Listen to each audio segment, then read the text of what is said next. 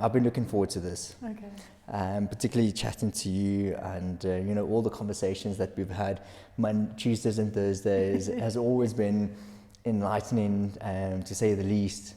And so, and one of the big things, Kate, that I've always been drawn towards you is your willingness to do the work. And you continue to do the work, and you're so willing to grow and to, even if it's uncomfortable. And it's something that I've always been intuitive. I knew I need to become that. And so to see someone like you being that, is refreshing, to say the least. And so I said, I need to, even if it's just having a snippet of a conversation with you and sharing to those who are willing to listen, so I really do appreciate you coming today. Thank you so much. So, I would love for you to very briefly speak on your upbringing. How was your upbringing growing up? Was it easy? Was it difficult? What was the major milestones in your upbringing that you think is worth sharing? Yeah, thanks. So I don't think my upbringing was particularly easy. I grew up with a lot of addiction and a lot of mental illness and depression in the family system, which was tough. So I coped in various ways, and one of the biggest ways that I coped was by saying, this family are nuts and I'm not part of this. Actually just completely disconnecting from the family system, which isn't maybe always the healthiest way of doing it, but it really served me very well. Until later on, until later on in life, where I really hit my rock bottom, where I was in a very dysfunctional marriage with someone with mental challenges, and just really hitting a point where so obsessed and focused about getting him better, getting him into a program, getting him into whatever that looked like, and completely neglecting myself, actually. And I remember the one night, things were really bad. He was drinking a tremendous amount. He was super depressed and very up and down all the time. My dad was really sick with cancer, and I just felt so incredibly lost. And for a split second, I thought, maybe it would just be easier to take my life. And I was like, okay, I'm in trouble. I'm really in trouble. I need to get help. Sure. So the next day, I phoned around and I got referred to a very good psychologist that was phenomenal and really helped me bridge a lot of the gaps that I had in my upbringing in terms of the stability wasn't really there. I was trying to create that stability, but I realized in my choices of partnership and the decisions that I was making that things were really not okay with me. And I was always like, everybody else is nuts and I'm absolutely fine. And actually I had a lot of work I had to do. Sure. So that was kind of the beginning.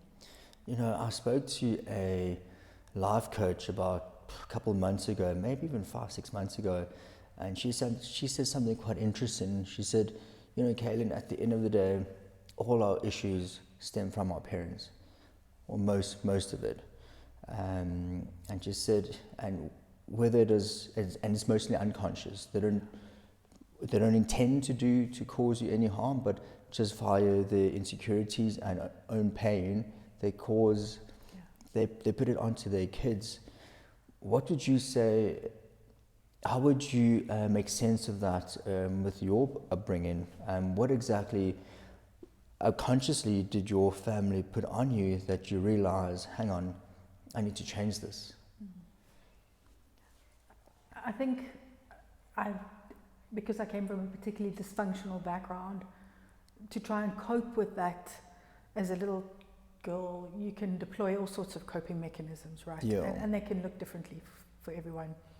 They can also be the compulsive achievement, which is a lot more socially acceptable way of playing out some really catastrophic dysfunctions. But for me, it was Kate to the rescue.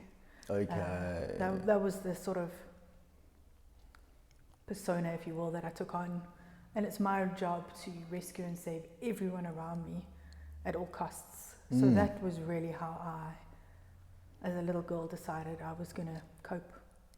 And that's the sort of things I deployed, which is very problematic and can That's cause so complete interesting. chaos.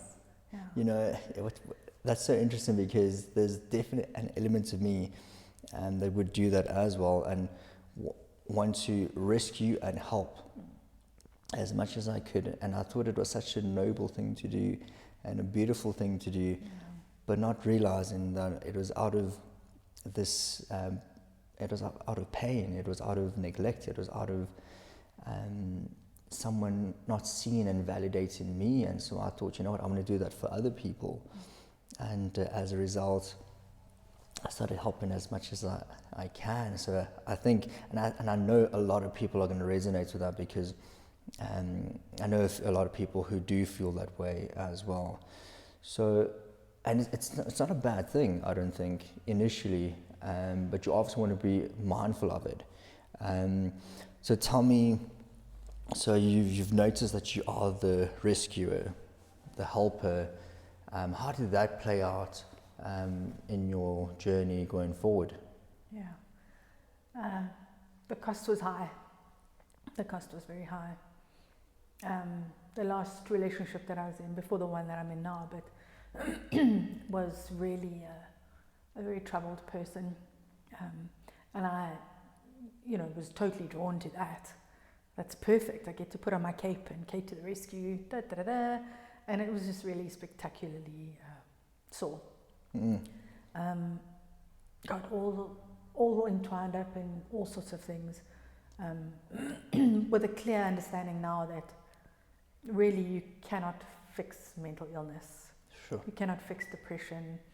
Your love is not going to magically heal anybody. They have a lot of work that they need to do for themselves. I love the story of a garden. So I always say now, being in a relationship where it was all about the other person and trying to get them okay and trying to save them, and then eventually getting to a point where I'd hit really my bottom and found a way to start building and get a bit better and healthier. It was just when I started and thinking about, like, my job is to really look after me and to, not using any cliches, but really invest in myself and do what I'm meant to be doing here. Yes. And I can partner with people and we can grow together, but you cannot do for somebody else what they have to be doing for themselves. You cannot. And if I had to, I love the analogy of a garden. So this is the way it clicked for me with visual things. So my garden is beautiful. I've got the most beautiful plants and ferns and lilies, and it's gorgeous, and there's fertilizer, and I've been watering it, and it's amazing. And then coming across somebody who's really not in the same space and looking at their garden, and their garden might be really in a state of shock. So that's their relationships or their careers or their jobs or whatever's going on for them, right? And it's like, no, don't worry, I'll give you some of my plants. Let me quickly go and grab some plants and put them in the garden for you, and they're beautiful. Look, I'm going to water them for you, and I'm going to order fertilizer, and when it comes to the garden, I'm going to say, no, don't put them in my garden's fine. Go next door and put them in. And then that sort of resentment starts building, because I gave you my best lilies, I put them there for you, and you haven't even watered them for a week. So then you're at that wall saying to the person, like, you need to make sure there's too much sun there, or you need to make sure you lose those lilies now, they're not happy there anymore. And the whole time that's happening, your garden is just completely decimating. Sure. And I could not see it. But everybody that drives past looks at it and goes like, oh, what's going on with Kate's garden? It looks a bit wrecked. So the cost for me was very, very high. And then it was all my hoses hooked up to all sorts of other people's gardens and other people's stuff, and nothing in my own at all. So that really was a state where I had to literally switch off all the water supplies, pull all the hoses in, and just rest for a little bit. And literally after going through all of that and going into a therapy program and doing some really cool work, I slept for about 6 months. I was finished. I was absolutely exhausted. I'd hit complete burnout as well.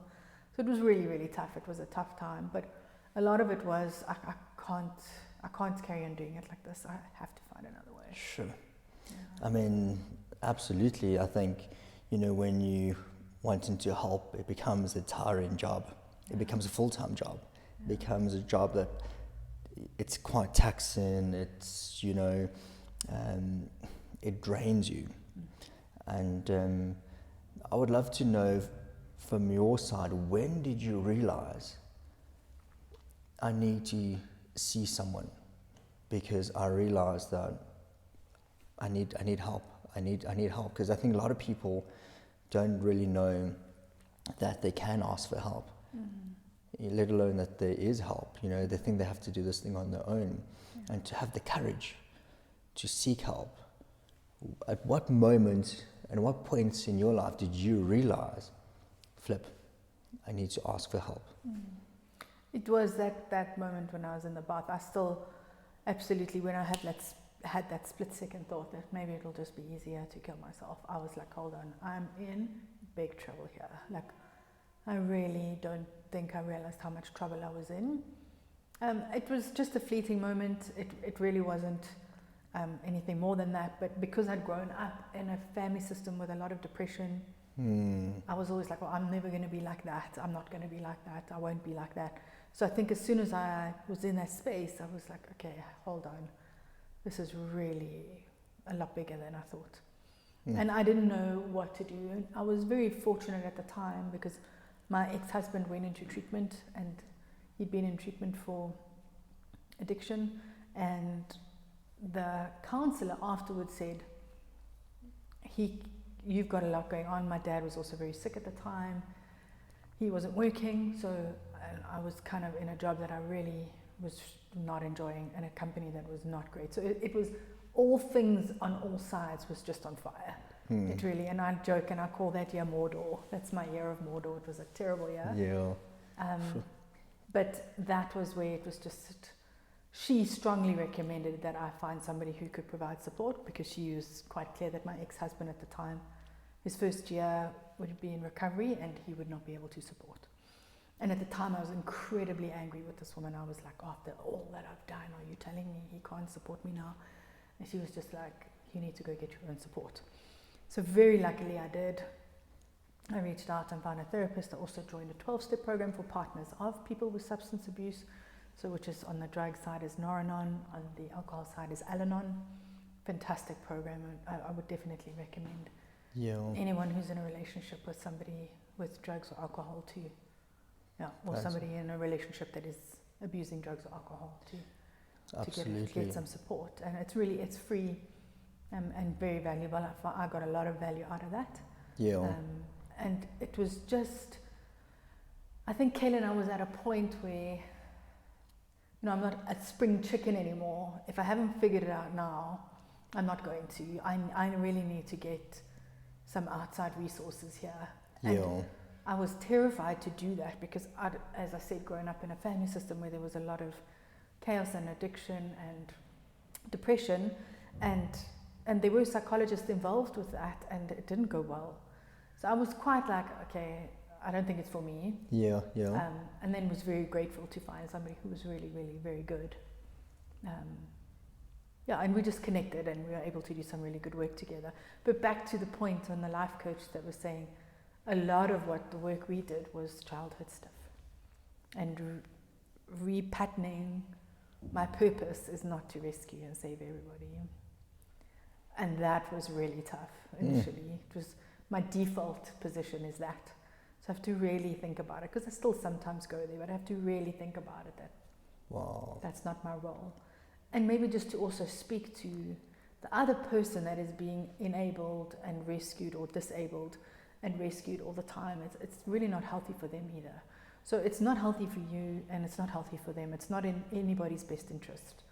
And it sets up a lot of issues and resentment and dramas that do not need to be. Wow.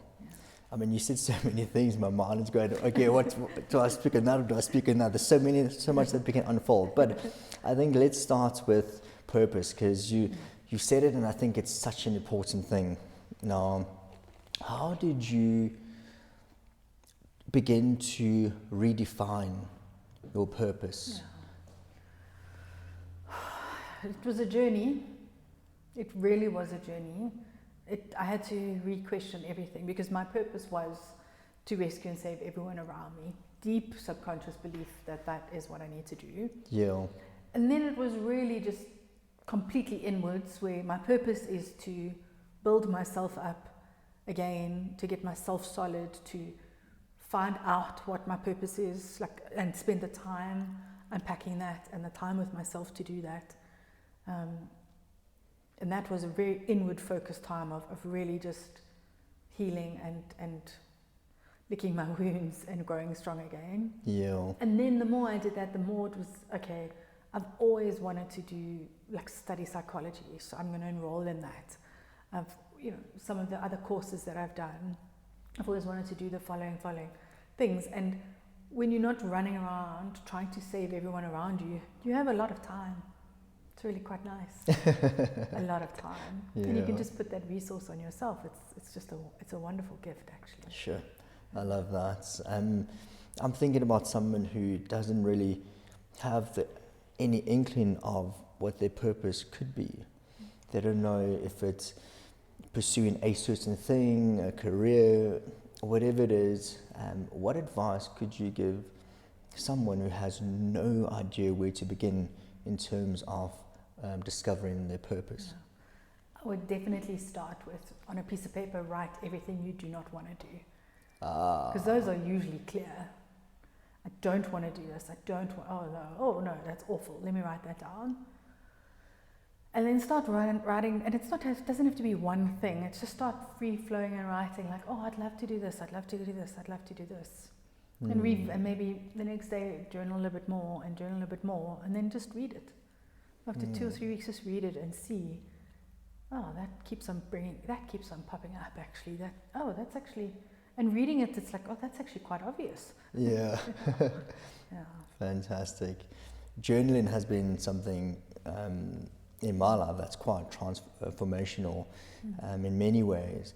And one of the ways where I sort of discovered one of the things I would love to do, because I don't believe there's one purpose. I think that there's many purposes, and you sort of, as you go through life, you can quench all of those purposes. But journaling definitely provided me with that, and so I would highly recommend journaling.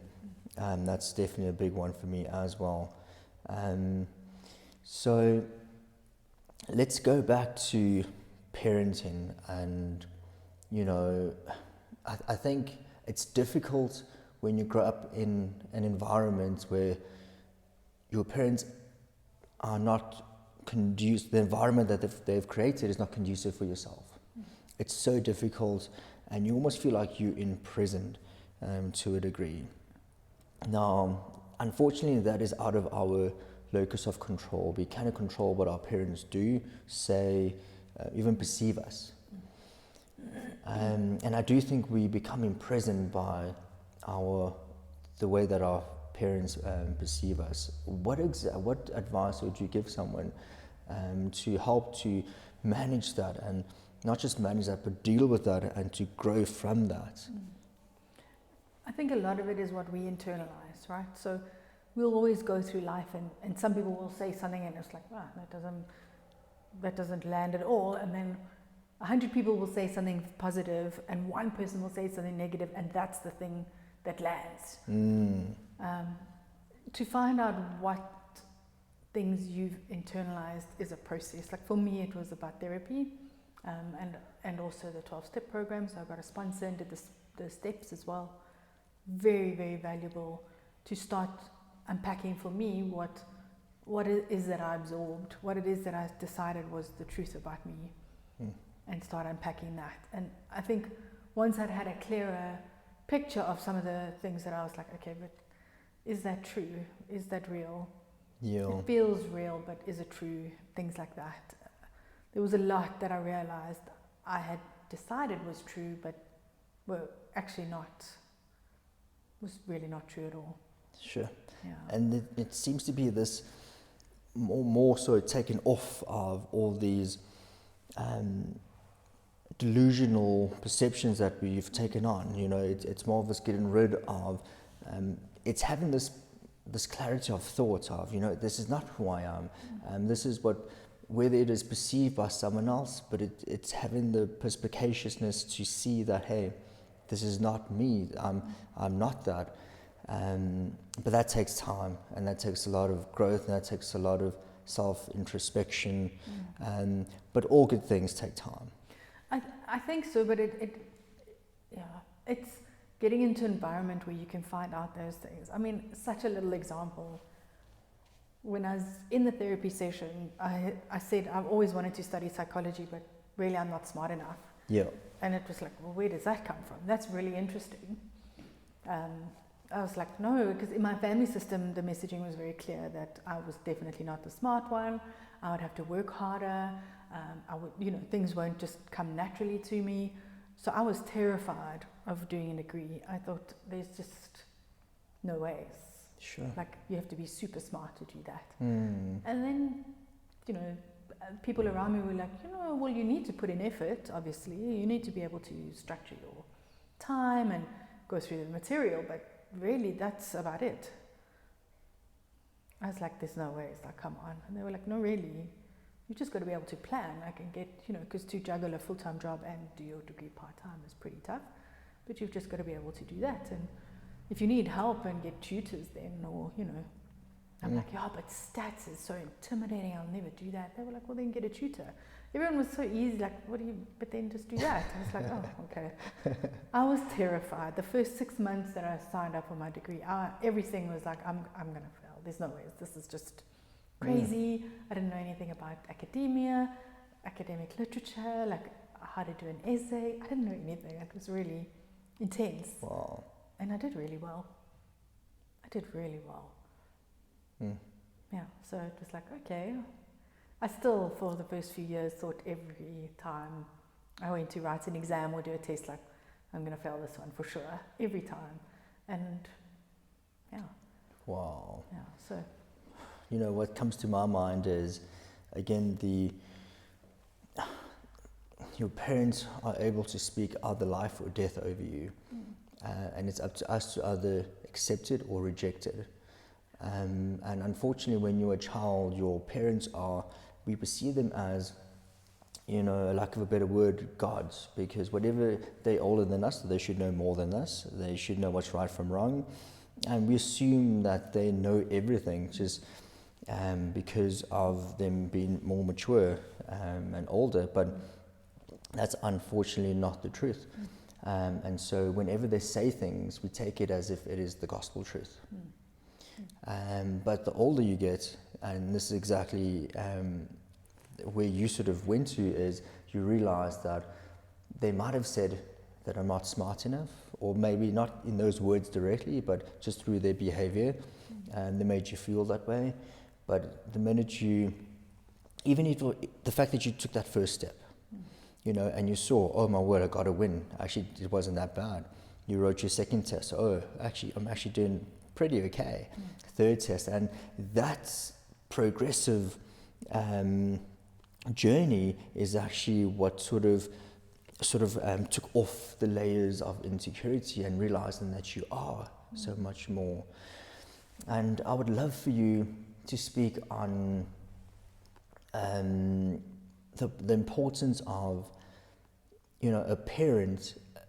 What do you think is a parent's role from a child's perspective, from your perspective? Yeah. Sure. I think safety in the home is really a good one, and just teaching a lot, but also just know that if you do come from a place where it was maybe a dysfunctional upbringing, or your parents they just didn't have the resources to teach you anything else, because they can only teach you what they know. So that becomes really important, is reparenting, learning as an adult, if you didn't have the right upbringing or the right structures, as to how can you almost reparent yourself? How can you become the parent for yourself that you never had? So what life choices can you make that are different? Can you do things that are healthier, that look after your health, that look after your well-being, your psychology, you know, your psychological well-being, your spiritual well-being, whatever that might be? what is it that you can do for yourself as if you are somebody really young that you're looking after and taking care of. And I think for me, one of my big aha moments was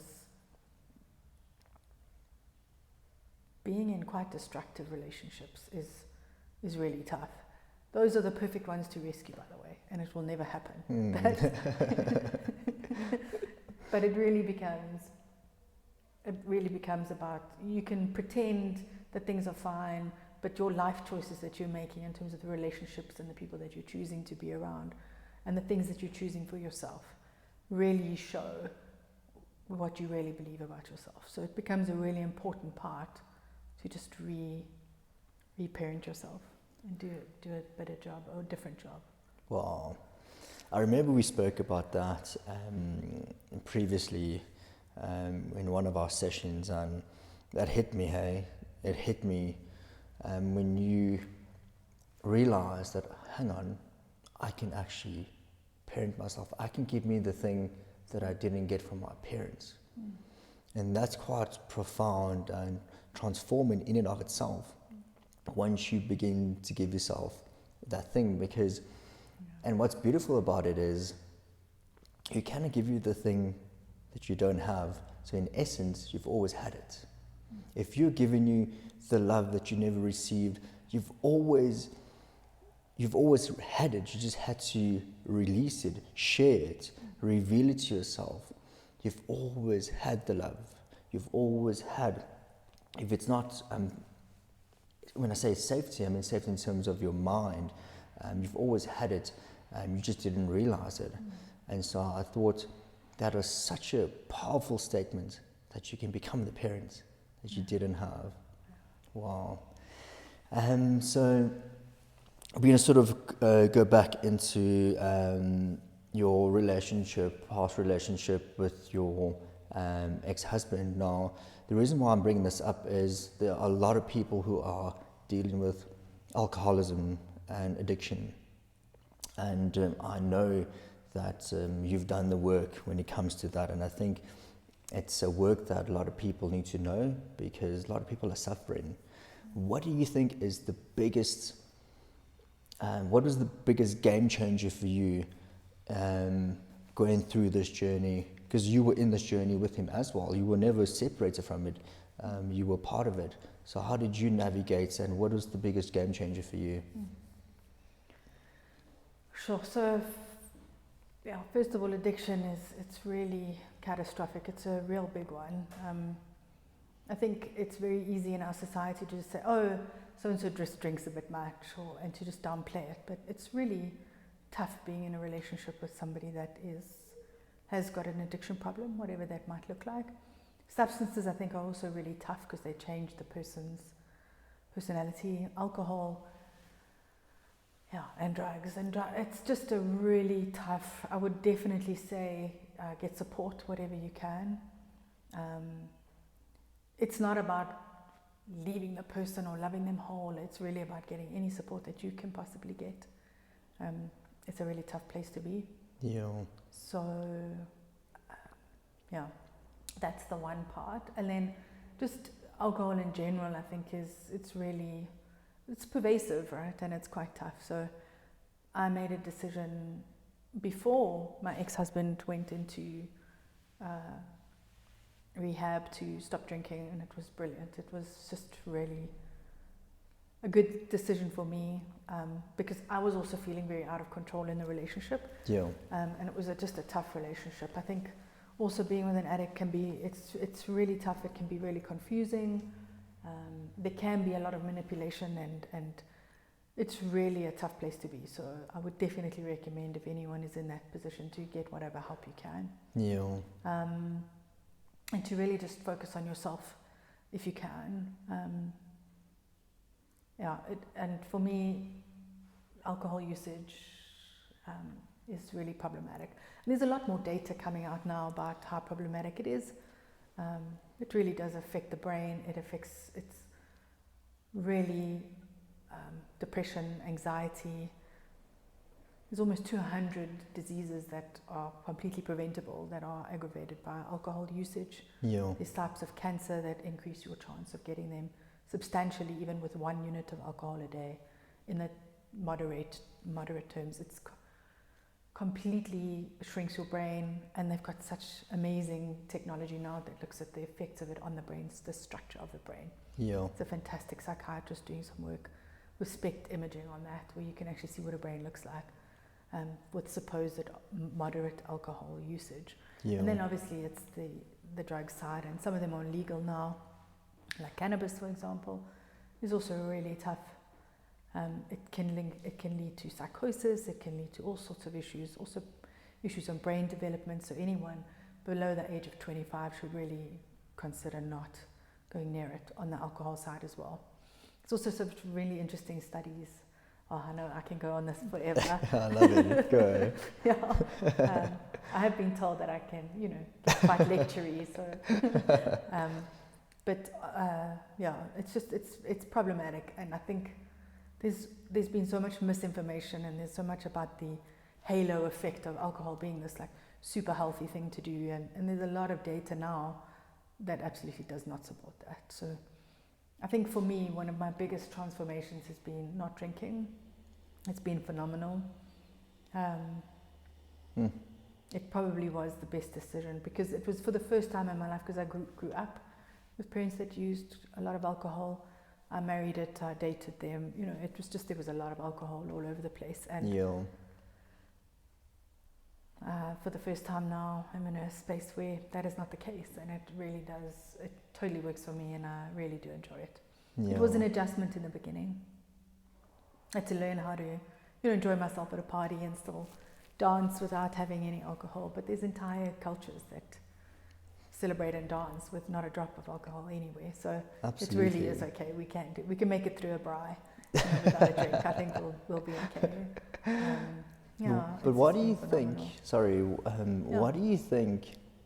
We have this need to, use alcohol, and I understand that it's very much a social thing. Well, initially, but what is it about alcohol that? The fact that so many of us use alcohol, and it's almost like this nonchalant, it's just alcohol, it's not a big thing at all. And I'm not saying don't drink alcohol. All I'm saying is we should start to be more mindful of what it can do to the body.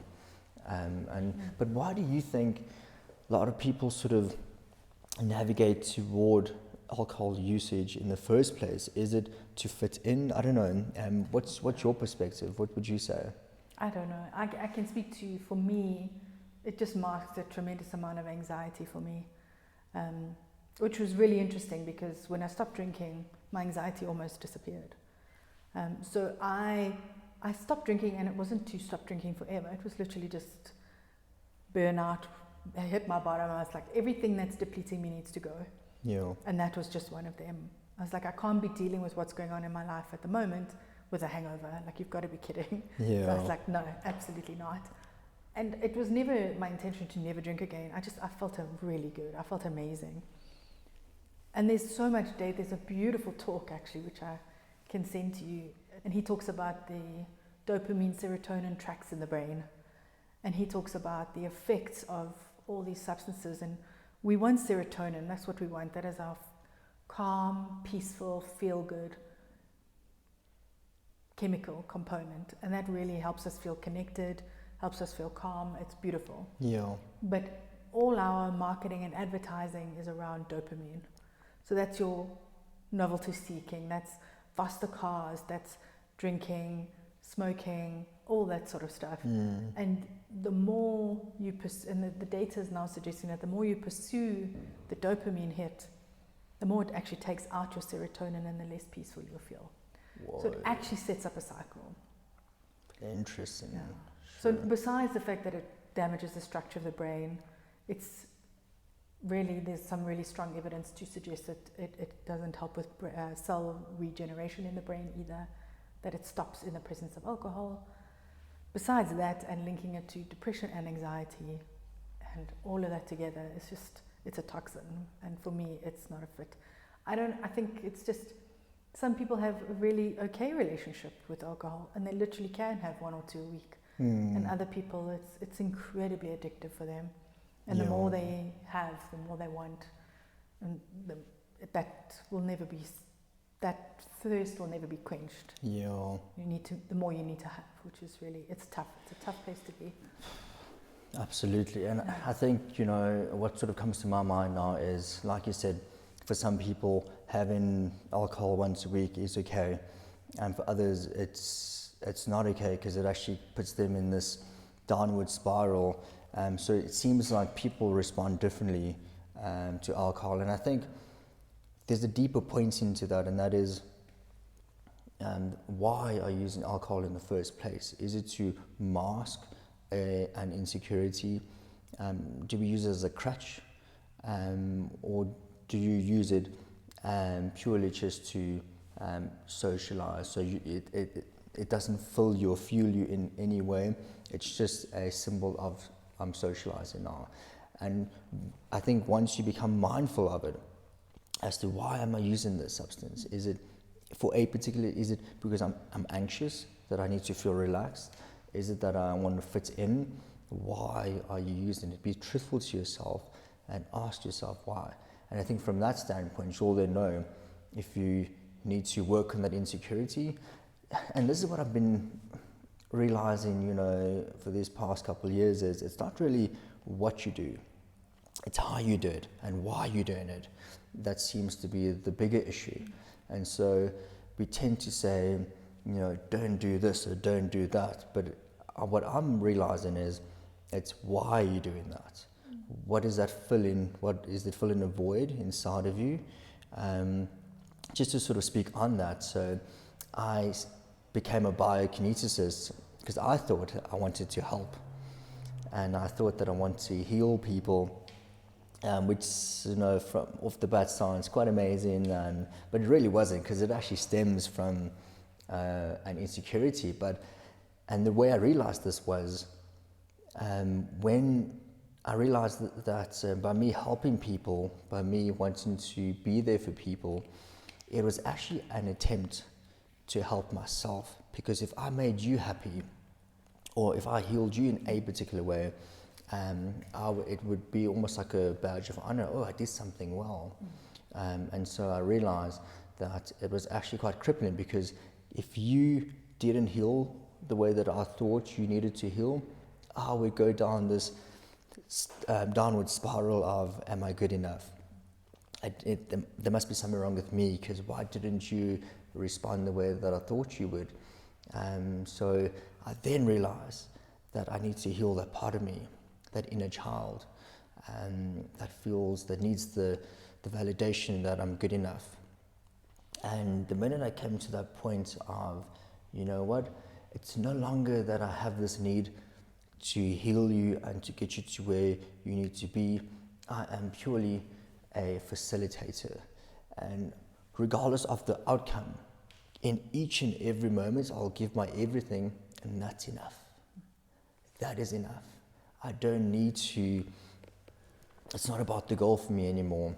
And that is liberating. It is so freeing to know that, it doesn't really matter what happens as a result, but in this moment, I've given it my all. I actually didn't realize I'm going to speak about this, but I think, why not? So I just recently broke up with my ex about 2 months ago, and what was quite interesting about that relationship was I didn't really, it wasn't about the destination for me. It was all about, am I giving my all in each and every moment? And it was tough. There were certain moments where, my insecurities would rise up. But I knew that if I, curate this reality with the sense of giving it my all in each and every moment, there's a part of me that'll be cheering for me, saying, well done, Kaylin, well done for being authentic, being true to who you are. Very difficult, but so fulfilling.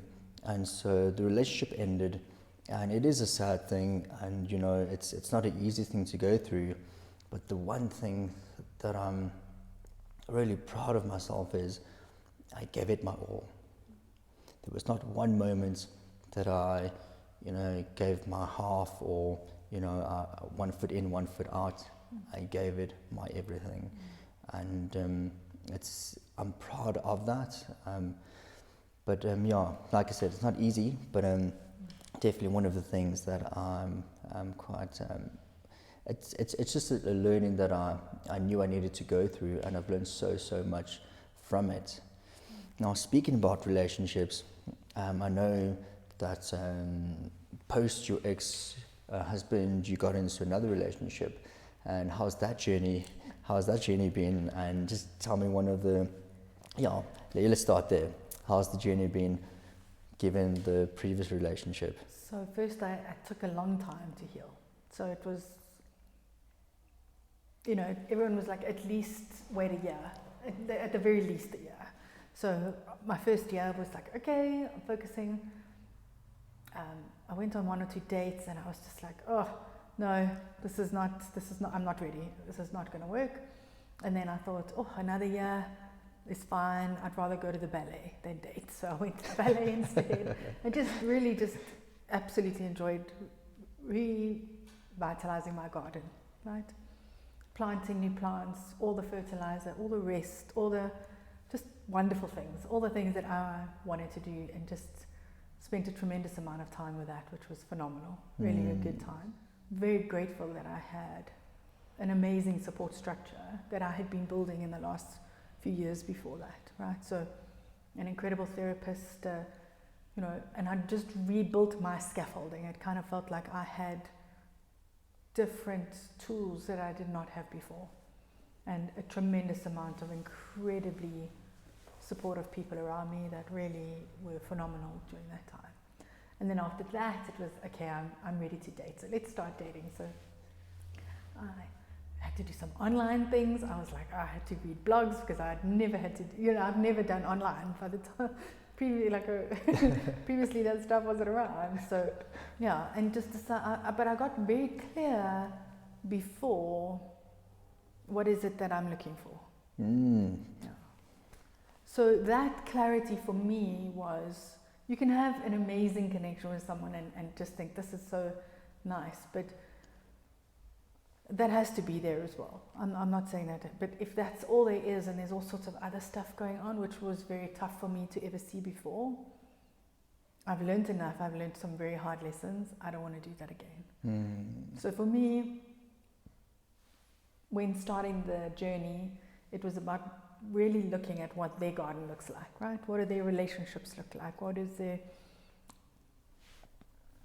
Can you build a life with someone? Does this person have the skills to be able to build a world together? So I have a lovely garden, he has a lovely garden, and together maybe we plant another garden together. But to really just be very clear, and then just have a lovely connection as well. And laughter and humor and all the good stuff, that's really fun. But it's been a really interesting journey. In the beginning it was really tough. All my alarm bells were going off all the time because my body was like, it's not safe. To be in a relationship is not safe because the last one was so deeply traumatic. So a lot of work was done around calming that down, just asking really, am I unsafe now? No, I'm not unsafe now. Everything is fine. It's just about that connecting. And to really connect with someone without the drama is interesting and quite terrifying. Because you can't, I could no longer hide behind that, which I'd obviously gotten very used to. And it feels very different. So initially it was like, is this boring? Is this boring? I was really asking myself, and I was like, this is peaceful. Not boring, this is amazing. Interesting. I'd never felt that in a relationship. It had always been so tumultuous for me in terms of a lot of stuff that I'd carried into that relationship. Wow. Yeah, so it's been phenomenal.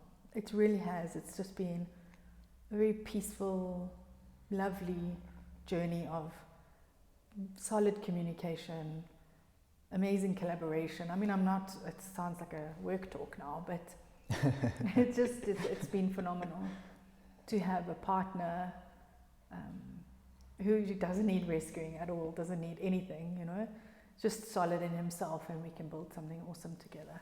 And all my resources are still on me, you know, so there's me, and I'm resourcing myself, and then there's the other partner, and it's got to be a both way, but it can't be doing something for him that he should be doing for himself. Please speak on that, because so I know we sort of spoke about Carol Dweck previously, and her work has been quite an eye-opener for me. And you actually introduced me to her, and you said something based on what she did research on, and you said that, in a nutshell, and I'd love for you to elaborate, but you cannot do something for the other person or child. In Carol Dweck's situation, it was more for kids, but I think this has a overarching rule across everyone. You cannot do something for someone else if they're capable of doing it themselves. You know, if you don't mind elaborating on that. I can just speak from my experience, but I think how I've had to reconcile that is, in a relationship, you can't love somebody whole. If somebody's really got some big demons and some real trauma, you're not going to make their trauma disappear by loving them more at all. And if that person's not willing or not able to do the work that is needed to resolve that, it becomes really tough to build a relationship or a future with that person. It really does. So for me, it's about, and I'm not talking about making the other person a cup of tea, or, you know, somebody opens the door, or I'm not talking about chivalry or really nice things that you do for each other, pack of lunch or whatever. I'm really talking about the big stuff. Emotional, you know, EQ or emotional sobriety, or releasing and working through trauma. That person has to do the work themselves. There are people that can help and facilitate along the way, absolutely. So there's definitely, I'm a very big fan, because my life completely changed when I started getting people in to help me with the things that I needed help with. To absolutely not rely on me for absolutely 100% of everything, and to really just look at somebody and say, oh my word, they have a really solid relationship, let me ask them for a little bit of advice, or if they're a counselor or something, let me see if I can do some work with that person. To really just, people that are getting that aspect right, I want to partner with them and I want to learn from them, instead of having to figure it out and fumbling in the dark for years for nothing. But I've actually jumped off the topic of, it's called enabling, but actually you're disabling the person. 100% you're disabling the person. And it's not fair. They need to have those skills to operate in life. And if you're going to do that for them and build resentment and make yourself weaker and think you're going to magically save them, it absolutely is not how it goes. Sure. You end up worse and they end up worse, and still the underlying issues have not been resolved, which is really tough. Absolutely.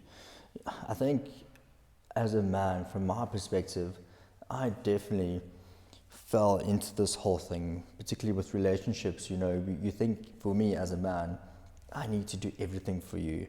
I need to, not the chivalry stuff like you said, that's different. But like, example would be, your partner needs to apply for an application to do whatever, and she tells you about it, and you naturally just, I'll do it for you, honey, and off you go do it. Well, she says something, no, I'll do it for you, honey, and you go, you do it, and that is a problem, because you are then disabling them, and I think there is this, and the person on the opposite end, they feel like they've been disempowered. They feel like you are actually taking away their sovereignty to some degree. And I've actually heard the story so many times where husband and wife or partners, they argue over this, because The wife would say, you don't have to do everything.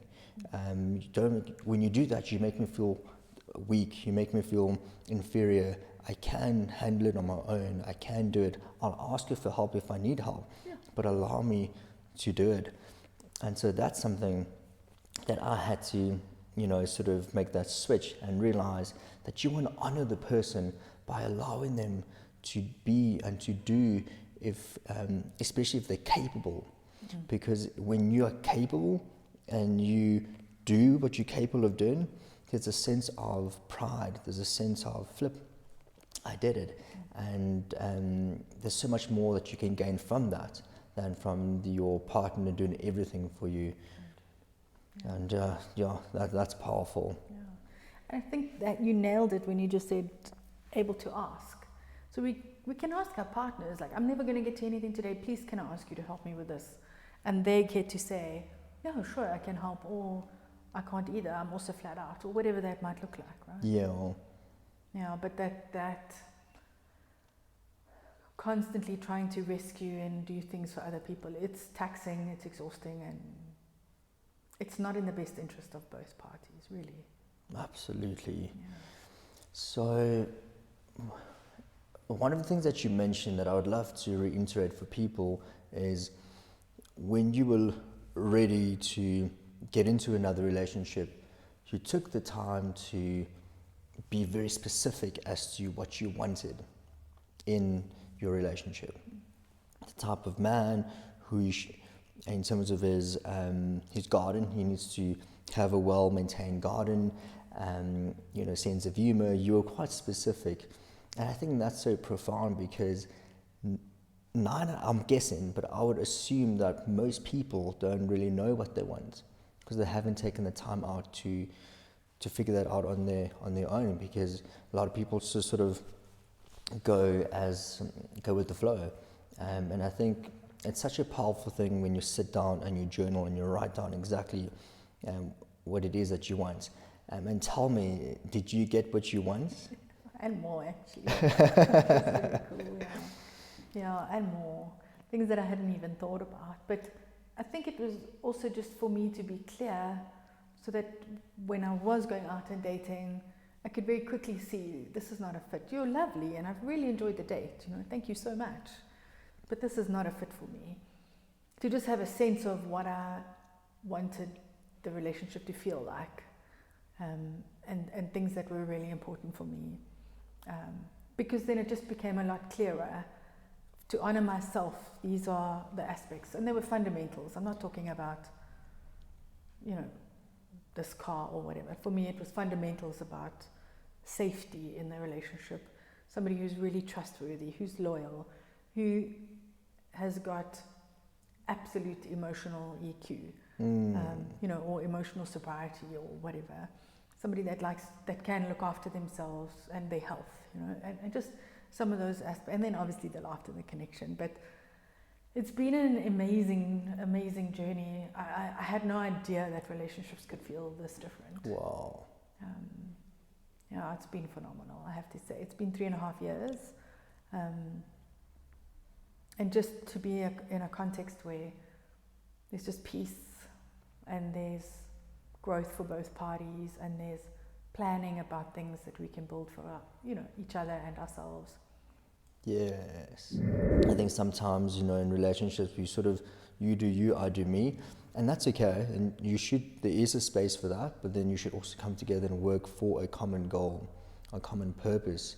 Now, is that something specific? Is it something general? Is it merely just running the household together? Like, what does that look like in a relationship, would you say? Sure.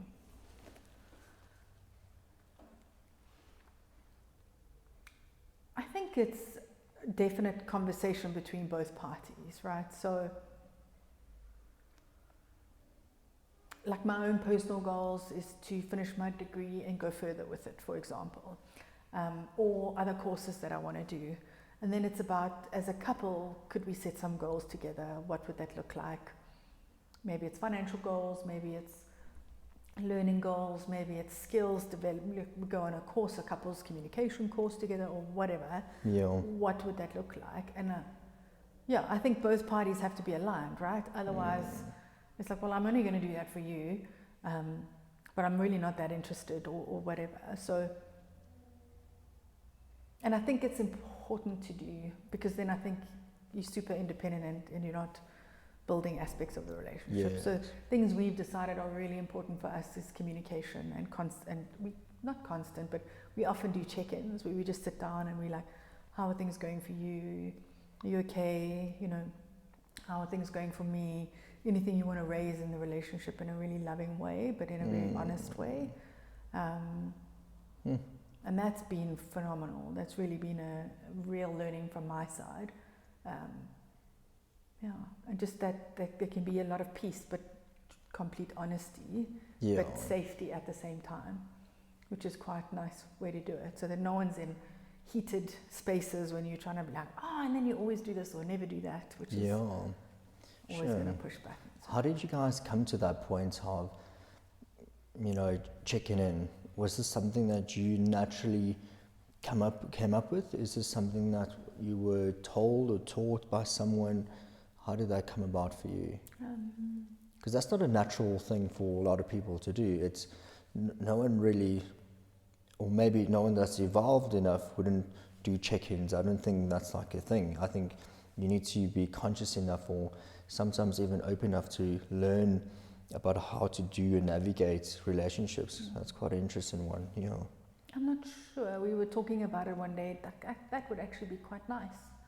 And then just so it was like, okay, I'll schedule it. And then it went into the schedule. I think it's once a month, but sometimes we're like busy this Sunday, so we'll move it. Okay. But about once every 6 weeks, we put an hour or two aside on a Sunday and we just connect. Wow. And what is that? I'm actually quite curious, like what would that moment look like? You know, would you sit down and say what exactly? And, you know, and I would imagine you have to be completely open and open enough to know that whatever your partner says might not be the most romantic thing in that moment, but that's the way they're feeling. And sometimes it might be appointed to you. Like, how would you deal with those sort of conversations? But I would love for you to talk on that. And so how would that conversation look like generally for you? So we, from the beginning, put down ground rules. Like early days, we were like, okay, so what does this check-in look like? I don't know. Let's decide and make it up as we go along. Yeah. But it was safety, no name calling, or if anybody's charged or really upset, they're welcome to just pause it and go. Because if it becomes combative or a power struggle, then it becomes very problematic because no one's listening to anybody anymore. So it was really about what does it look like. So we kind of set rules of engagement, you know, around just really loving, and then the curiosity. So to be really curious how the other person is feeling and thinking is so lovely, because it disarms you, and it's not about I'm right, you're wrong, you made me feel like this and now you have to pay for it. It really is about what's going on for me at the moment, and that really was a trigger because it's triggering this for me. That's so interesting. Tell me more. Could you speak about, I don't want to butcher the word, Imago? Yeah. I've heard it before. One of my clients spoke to me about it. If you don't mind elaborating on that for people who don't know. I'm definitely not a specialist. I went on a weekend course quite a number of years ago. I think a lot of it was about, I think the Imago principle is about the other person as a mirror. So that you get into a relationship and your hormones that are pumping through your body at the time will make you think that you're identical and you're the perfect people because you're exactly the same. And then as those chemicals start changing, because that commitment comes in, and commitment could be moving in together, getting married, whatever it is, but those chemicals start changing, and then really that person is there to teach you aspects of yourself that are not fully whole, and then for the same for you. So there's a lot that's actually different, and there's a lot of pieces that person can help you build or teach you more about yourself and you can for them. But I think a lot of the time we're trying to get the relationship back to, but we're supposed to be the same. I thought we were the same. you're supposed to be the same, we're supposed to like the same things, be the same people, without honoring that we are completely separate and different people. Sure. And I cannot know what's going on in your world unless you share it, and you cannot know what's going on in my world unless I share it. So that check-in is really just With a space to be completely open and say, I'm really loving it. There was this thing kind of concerned. We do give each other a lot of feedback in the moment as well. Like, we love communicating. It's just working very well for us. Yeah. And we're very lucky that it hasn't been combative. It really is just a space of curiosity and safety. But pure honesty, because you can't be in a relationship with someone if you don't really know where they're at. Wow. Yeah. Curiosity, it's quite well put. I've never really thought of it that way, to be curious enough. Because I think when you're curious, you can only see it from a point of, I like to call it your higher self, because I think of it like a baby. A baby who is curious is not thinking about their insecurities. A baby who is curious is just almost in awe, so just wanting to evolve or grow, or you just want to observe. You just want to be in. It's almost a form of being present. It's a form of being mindful in this moment, just observing everything that's happening, and you can only be that when you have let your insecurities lifted at the door. You can't hold on to insecurities and be curious. I don't think that's possible. So I love that you mentioned to be curious. What would you say is, the biggest game changer for you, or the biggest turning point for you in terms of relationships? I'm just thinking about someone who is in a relationship. What advice would you give them? They might be struggling with, whether it's communication or whatever it is. What's been the biggest game changer for you in your relationship? Myself. The work that I've done on myself has, because the Kate that I am today, I don't think would have been able to be in a relationship like this. Wow. Because there was too much going on for me. And in this relationship, if I'm still hell-bent on being a rescuer, there's no room for me. There's nothing for me to do. I literally would not have a role in this relationship. So the work that I did on myself was fundamentally what changed everything for me. Yeah. Fantastic. And if you were to speak to your 4-year-old, 5-year-old self, knowing what you know now, what advice would you give her? Probably I know like self-love sounds like a bit of a cliche, but to really internalize because now if I look at how I used to treat myself many years ago, just by the relationships that I was in and the decisions that I was making, and how I treat myself now, it's so fundamentally different. Because before I'd internalized a lot about not good enough, not smart enough, not whatever. And I've worked really hard now to internalize that I am very important. It's so important to love me before I'm able to love anybody else. And that is such a cliche, but it really has fundamentally shifted my entire life, where I've become a priority. My inner voice has become a priority. Listening to myself and making sure I'm safe. I'm, also growing, just like you would nurture a little 4-year-old girl, is to really look after Kate. And I am precious cargo, and make sure that it stays very firmly as my truth. Yeah. I love that. Really do. Sure. And then we come to in closing, and usually at at the end of every podcast, I usually speak about legacy. Now, we're all going to leave a legacy behind, whether we like it or not. Sometimes it's a good legacy, sometimes it's a bad legacy, but it's a legacy nonetheless. What legacy would you like to leave behind and be known for, would you say? I suppose it would be healing.